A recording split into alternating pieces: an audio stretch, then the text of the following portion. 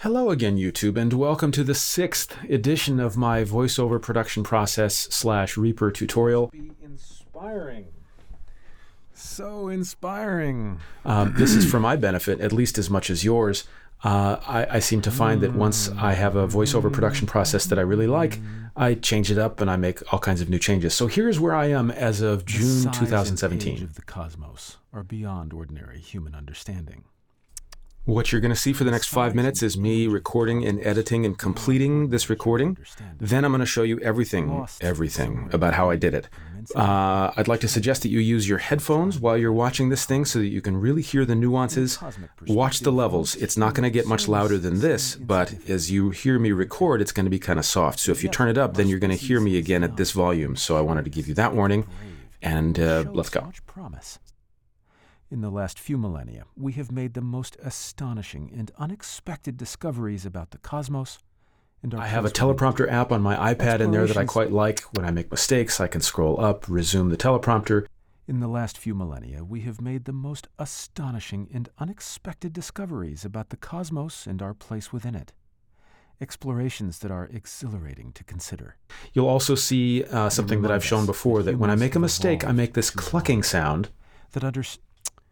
And that allows me to edit really quickly after the recording is done. Prerequisite to survival. I believe our future depends powerfully on how well we understand.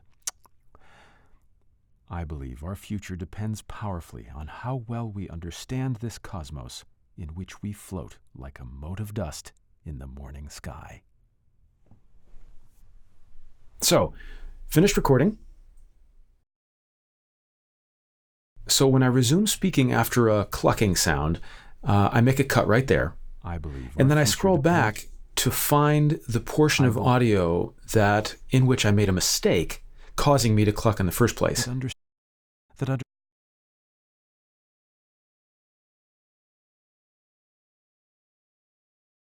In the last few millennia, we have made... And I know that this is now a section that I want to delete, so I press the delete key on my Shuttle Contour Pro, and it's gone.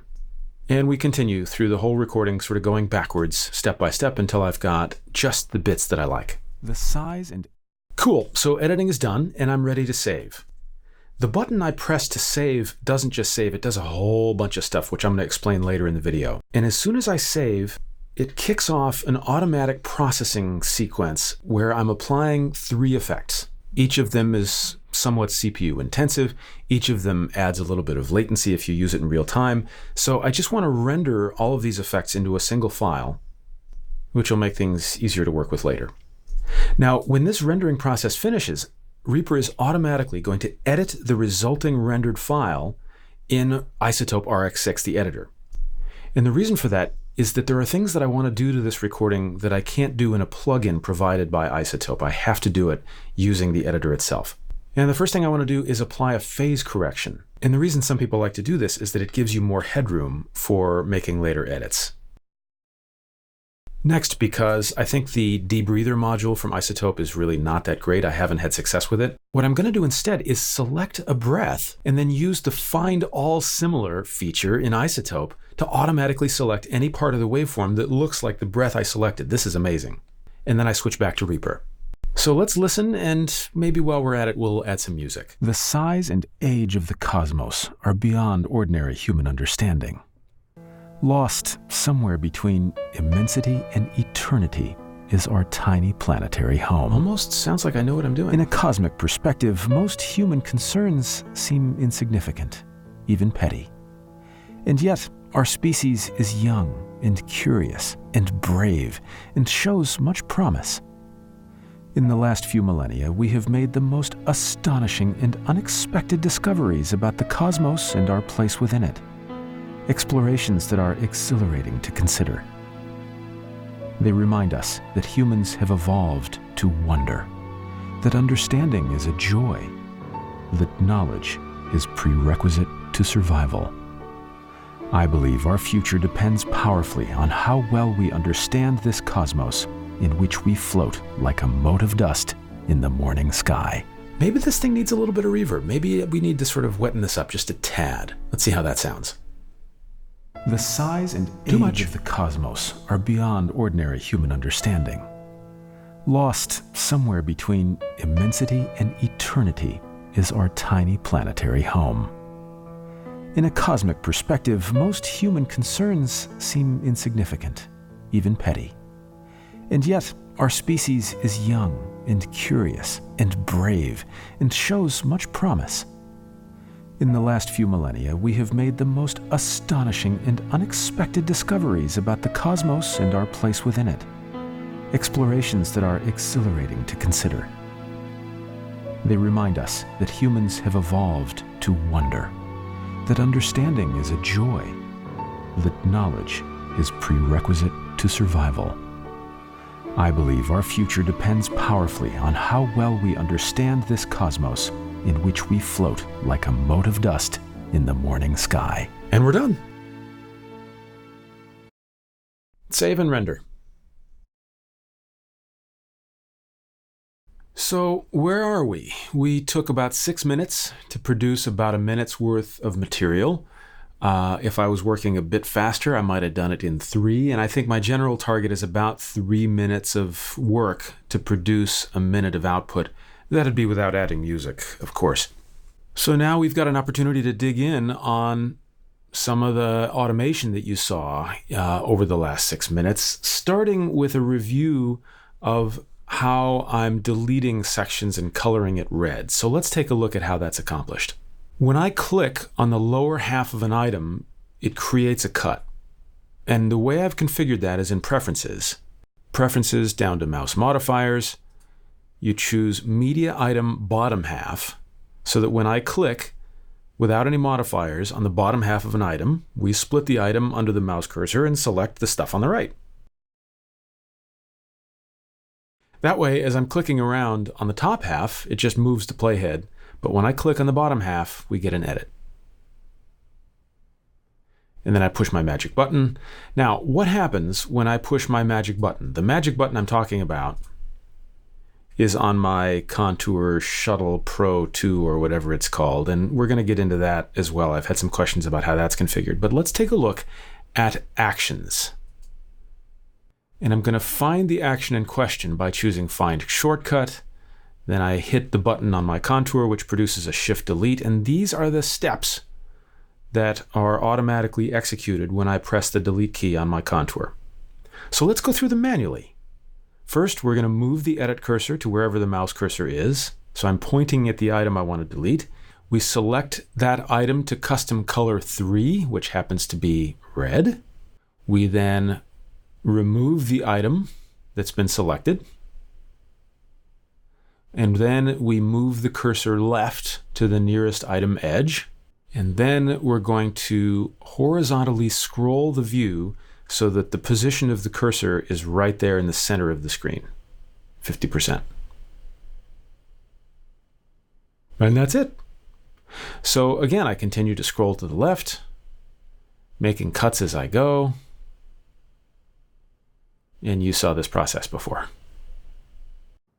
By the way, where are the custom colors? How do you set those? We're using the SWS extension, sws-extension.org. You can give them a donation. It's free. You should give them some money. Back to the action list, and let's look at an SWS action, which is Open Color Management Window. From here, we set custom colors, and we see that color number 1, number 2, number 3 has been set to red. If, for example, I wanted to set color, let's see, 1, 2, 3, 4, 5, 6, we set the color, we drag it over here. This may be slightly different in Windows. This is the operating system specific thing, but I've just set custom color 6, close all that, and that's how we get our custom colors. Now, let's talk about the effects that I'm using in what I think of as phase 1 of the process. And for that, we're going to start with declick. Declick has been updated by iZotope. So this is iZotope's RX6. It's relatively new as of spring of 2017. And they include a mouth declick that's optimized specifically for the clicks that come out of your mouth. So have a listen to this other sample, which is grotesque in how much mouth noise there is in it. And then we're going to listen to how to fix it. And memorizing data for later documentation would be lost under tremendous amounts of other obligations throughout the day. Oh my God. Now let's listen to it fixed. and memorizing data for later documentation would be lost under tremendous amounts of other obligations throughout the day. I think that's amazing. I think it's totally amazing. And that's all there is to that. And you can adjust the controls if you want to, but I haven't found a need to do it. I think it's like magic. So that's declick. And now we're going to talk about the rest of phase one, which is noise reduction and de-reverb. I'm speaking to you now from my desk, and you're not hearing a lot of reverb in my voice, and you're not hearing a lot of echo in my office, because the sound that you're hearing has been processed already by the de-reverb module that I'm about to show you. So I'm going to shut up in a minute and just let you listen to the thing that you see in front of you. But I want to give you a sense of what we're looking at so that as you listen to it, and you may want to rewind and listen to it a couple of times, you're going to see a couple of things happen. So you're going to see noise reduction kick in about 8 seconds. So that's what this greenish envelope thingy is. I'm going to let you hear about 5 seconds without any noise reduction and without any de-reverb processing. And then the noise reduction will be in effect for the duration of the recording. For the entirety of the recording, you're going to hear the declick module will be on. And I recorded this using the same microphone I'm speaking to you on now. That's my office microphone as opposed to my booth microphone, because I really want you to hear the reverb in the office for the first 15 seconds or so. So after about 15 seconds, I'm going to start to ramp up the de-reverb feature until it's way overdone and it's creating artifacts and making it impossible to listen to. Then at around 30 seconds, I'm going to start ramping down the de-reverb controls into the reverse direction, and what it's going to do is amplify or exacerbate the reverb that it's noticing. So it's going to enhance the reverb. Then at around 38 or 40 seconds, I begin to ramp up so that it's a little bit too far, and then gradually we dial it back to the setting that I kind of like. And then for the last 10 or 15 seconds, you hear the de-reverb setting that pleases my ear, and you'll have to be the judge as well. So let's listen to it and see what you think. We wish to pursue the truth no matter where it leads. But to find the truth, we need imagination and skepticism both. We will not be afraid to speculate, but we will be careful to distinguish speculation from fact. The cosmos is full beyond measure of elegant truths, of exquisite interrelationships, of the awesome machinery of nature. The surface of the earth is the shore of the cosmic ocean. On this shore we've learned most of what we know. Recently, we've waded a little way out, maybe ankle deep, and the water seems inviting. Some part of our being knows this is where we came from. We long to return, and we can. Because the cosmos is also within us. We're made of star stuff. We are a way for the cosmos to know itself. So I hope that made sense. Of course, you may want to rewind it and listen to it a couple more times to get a sense of what's really going on there. But I think it's great. And iZotope used to charge extra for the de-reverb module. Now it comes with RX6 standard. And so it's kind of affordable. And as you hear, I think it's kind of worth it. If you do podcasts or if you don't have a sound booth that you do your recording from, you can get a pretty good sound. So what's left? Let's talk about the template that I've created. Just briefly, I want to show you that the template that I've made includes minus 60 dB of room tone that I recorded myself. And I do that because my normal process, as you've seen, is to apply some noise reduction, and you end up with a very dry, very clean recording that is unsettlingly clean, especially for audiobooks. So you tell me if you think this is appropriate, but I add just that little bit of room tone underneath every recording that I deliver.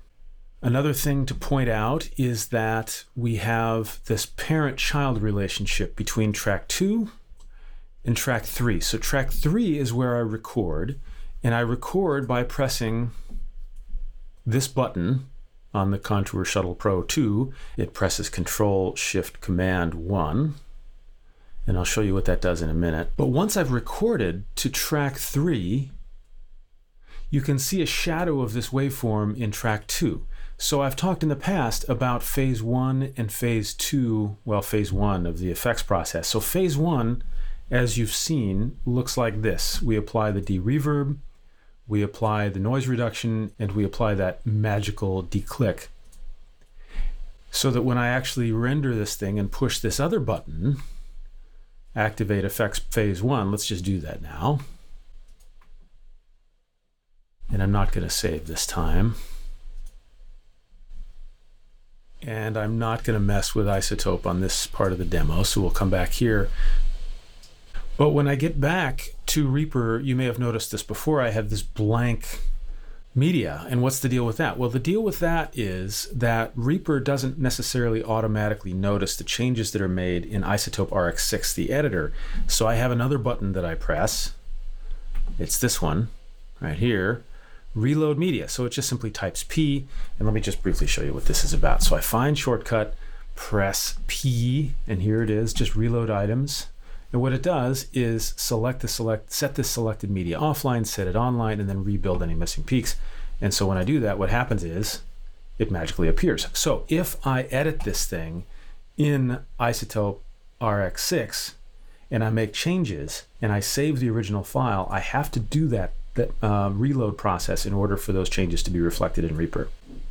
So just to finish up the template discussion, my processing of activating the effects phase 1, also you'll notice resized the tracks. I'll show you how that was accomplished. It also activated this last plugin that I haven't talked about yet, TriLeveler. And I'm not going to say much more about it except that you should Google it. Google Sonic Anomaly TriLeveler 2 and go get it. It's free. I believe he takes donations. I'm not sure about that one, but it's amazing. It's basically a compressor along 3 dimensions of time, fast, medium, and slow. And scroll back to the first 6 minutes to watch it in action, but it levels out all of the vocal performance in the track to -19 LUFS, and I'll leave it to you to Google what that's about. That's more about loudness levels and perception levels than it is about peak levels. So that's pretty much it for the template. You've got phase 1 in track, now it's track 4, but it starts out in track 3, it gets pushed down to track 4. You've got phase 2 here with a whole bunch of disabled plugins that I don't use anymore in TriLeveler 2. And when I render by pressing Command Option R, I get to save this thing as a FLAC or an MP3 or whatever, and I'm good to go. So the last thing for us to talk about is all of the automation and the way I integrate my Shuttle Pro V2 from Contour into my workflow. And I'm really a great big fan of this device. So let me just briefly take you through, as briefly as I can, through each of the buttons that I've got configured here. So escape and undo, there's not a lot to talk about there. Normalize, and I put D in parentheses because watch what happens. I'm going to take this chunk, and every time I push the button, it normalizes it and resets it to where it was before. So I kind of like that. This is insert space, and every now and then I have a need to produce a recording that has a set amount of space between sections, and that's what that button is. Let me show you what that does. So I find shortcut, press the button, here it is, delete, move item right for grid marks, and that's what we do there. Now as I continue to go through these custom actions, I'm not going to spend a huge amount of time describing every step.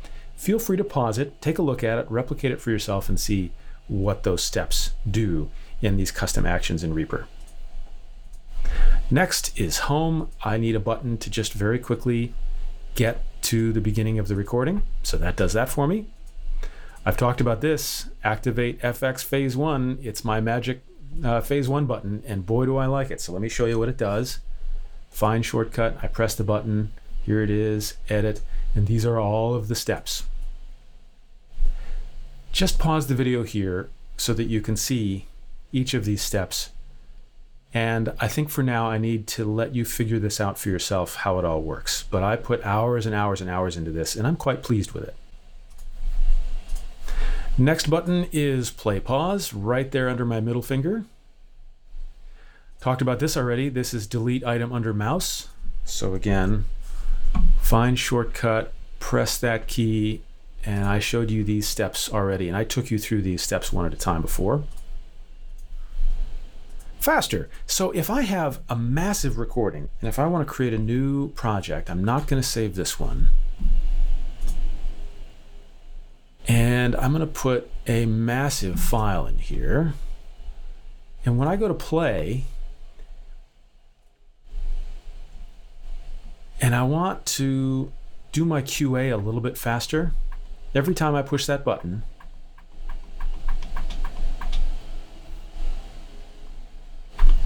now, that's kind of a shortcut, and it's not necessarily recommended to be sure that you're getting exactly the best possible QA, but it is a potential shortcut. You know, I might set it to 1.5 or 1.8 or so, just to make sure that I didn't miss any errors in my process. Record main track, this is how I do my initial recording. And so again, if I create a new document, we're not going to save that. I press that button, and it just starts recording on the microphone in the other part of the room. This is coming out of the booth. And let me just briefly show you what that one looks like. Find shortcut and this and edit. And these are the steps involved there. Now, you might see reduce peaks view gain times 8 in the other one. And this is where I increase the view gain times 8 because when I record at a lower amplitude. I'm leaving a little bit of headroom for myself here, and during the editing process I want it to look big, but then I want to shrink it down again automatically when I apply the effects. So we're disarming tracks, we're toggle the record arm for track 3, and then we start recording. That's pretty straightforward.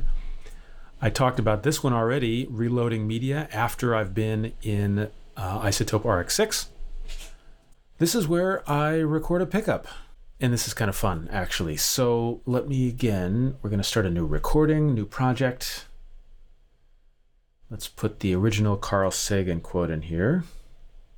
And we'll do some editing. You know, we're getting rid of the mistakes. Rip through this. I've shown you this 1,000 times. Delete that little mistake. Delete all that stuff. Phase 1, not going to save, but we'll go through the whole phase 1 process. Maybe give you a little time lapse here, so we're not wasting anybody's time. And we're not going to mess around with editing in iZotope, so we'll close this. Back here, press that button to reload the media. And let's say I made a mistake. That understanding is a joy. Let's say that phrase, I want to do that again. So what I do is I create a couple of cuts, and I select the piece that I want to record again, and I press the record pickup button. Now I shuffle into the booth.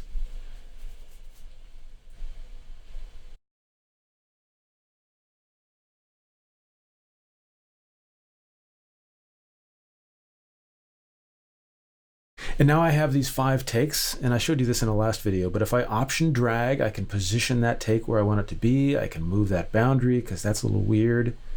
And then, once I've positioned that where I wanted it, and I maybe listened to it a couple of times, let's hear it real quick. That understanding is a joy. And I've got an audio corruption problem as I was recording it, so we're just going to pretend that didn't happen. And then I press this button, crop and process take. And when I press that button, it's going to copy the effects stack from this track into the actual item itself. And it's going to crop all of these takes to that single one that I chose. And then it's going to move that audio up into track 3, where it belongs. And it also resizes the track, as you've seen. And you can see if I take a peek at the effects stack of the item, not of the track, but this one little item, the blue one, includes the effects from phase 1. So that's record pickup and crop and process take. So the record pickup action looks like this. I'll leave it to you to pause this and take a look. And the crop and process take action looks like this. And you can see that one of the things I'm doing here is resizing these tracks so that the track that I'm working on is the bigger track. And that's where you see the resizing heights to A and B. You'll have to research that on your own to see how that's accomplished.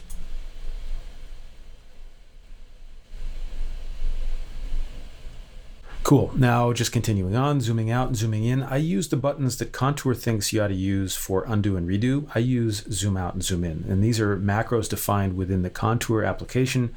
Zoom out and zoom in is simply 8 or 10 instances of the zoom in and zoom out button. And that's how I can quickly move in and move out. The jog wheel I don't use. It happens to zoom in and out. I don't use that. But I do use the shuttle ring, and I'm a huge fan of what I've accomplished here. So what I've done is I've got Control Q and Control W set at, regardless of the pressure that I apply on this thing, to just simply scroll left and right at 30 hits per second. Scroll right 1%, 30 times per second. Scroll left 30 times per second. Each of these, it's the same rate, 30 times per second. But what I've done that's sort of interesting is that I've set it up so that when I turn the wheel harder and move from zone 1 to zone 2 to zone 3 and so on, it's also pressing a zoom out key as I make these transitions from the lower levels to the higher levels. And so the effect of this is that as I scroll, and as I scroll harder, it zooms out. So the scroll is happening at the same rate. But as I turn the wheel a little bit harder and a little bit harder, here, let me zoom way, way in. As I turn the wheel harder, the window seems to move at the same rate, but as I move through these transition boundaries, I'm zooming out a little bit. And if I get to the end, if I've turned it as far as it'll go, I just release it a few levels and then crank it some more. So in every crank, from a lower pressure to a higher pressure, zooms out further and further and further. And in this way, I can zoom out while I scroll to from seconds out to minutes to potentially hours. And you can really sort of overdo it here. Crank and crank and crank until my view looks like, where am I here? 20 minutes. And then I use those side buttons to zoom way, way, way, way, way, way in again. And so this is how I navigate through a project. So I guess that's it, you guys. Let me know what you think. Let me know if you have other questions. Let me know what kind of feedback you have. Let me know how it sounds to you. As I've said before, I'm making money in voiceover, but I'm not the smartest VO guy in the world. So let me know what you think about this stuff in your comments. And until next time, goodbye, YouTube.